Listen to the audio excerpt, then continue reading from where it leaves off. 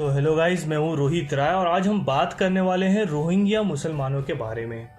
ये लोग बहुत गरीब हैं, वक्त के मारे हैं, ये लोग दाने दाने को मोहताज हैं और ये लोग दुनिया के सबसे सताए हुए लोग हैं। यह बात संयुक्त राष्ट्र संघ ने भी कहा है। तो आज मैं रोहिंग्या मुसलमानों के बारे में बात क्यों कर रहा हूँ, क्योंकि अभी कुछ दिनों पहले ही सऊदी अरेबिया ने बांग्लादेश को कहा है कि वो सऊदी अरेबिया में रहने वाले रोहिंग्या मुसलमानों को पासपोर्ट इशू करे या परिणाम भुगतने के लिए तैयार हो जाए, क्योंकि अब सऊदी अरेबिया को रोहिंग्या मुसलमान बोझ लगने लगे हैं और वो ये बोझ बांग्लादेश पे डालना चाहते हैं। सऊदी अरेबिया का कहना है कि उनके यहाँ 54,000 रोहिंग्या शरणार्थी रह रहे हैं और उनके पास अपनी कोई पहचान नहीं है और ना ही वो किसी देश के नागरिक हैं और ना ही उनके पास किसी देश का पासपोर्ट है।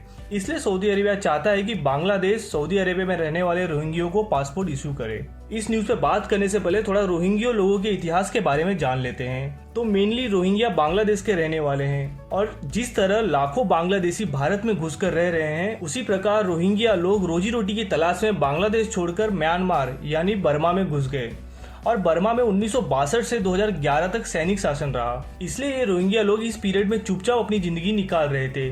लेकिन बर्मा में जैसे लोकतंत्र आया, रोहिंग्या लोगों ने इस लोकतंत्र को जरूरत से ज्यादा आजादी की तरह ले लिया। जून 2012 में बर्मा के रखाइन राज्य में रोहिंग्या मुसलमानों ने एक बौद्ध लड़की के साथ बलात्कार किया और जब वहां के स्थानीय बौद्ध लोगों ने इस बलात्कार का विरोध किया, तब रोहिंग्या मुसलमानों ने एकजुट होकर उन बौद्ध लोगों पर हमला कर दिया। और आपको बता दूं कि बर्मा में 90% से भी ज्यादा बौद्ध लोग हैं और इस हमले के बाद बौद्ध लोगों में आक्रोश बढ़ गया और बौद्ध लोगों ने हमला कर दिया रोहिंग्या मुसलमानों पे और ये लड़ाई काफी बड़ी हो गई, जिसमें 200 से भी ज्यादा लोग मारे गए और मारे गए लोगों में रोहिंग्यों की संख्या ज्यादा थी। और तब से बर्मा में बौद्ध लोग और रोहिंग्या लोगों में तनाव बना हुआ है। और इस घटना के बाद कुछ रोहिंग्या लोग नावों में बैठकर थाईलैंड की ओर रवाना हो गए, लेकिन थाईलैंड ने इन्हें अपने किनारों पर रुकने नहीं दिया।